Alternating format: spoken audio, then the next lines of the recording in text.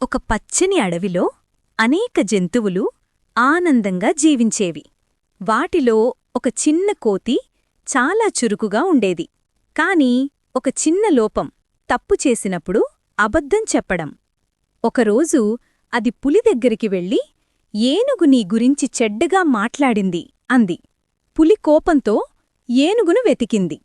ఏనుగు అర్థం చేసుకుని నవ్వుతూ, నిజం చెబితే అడవి నిన్ను క్షమిస్తుంది కోతీ అంది. కోతి మళ్ళీ నక్క దగ్గరికి వెళ్ళి, పులి నిన్ను వేటలో మోసం చేసిందట అంది.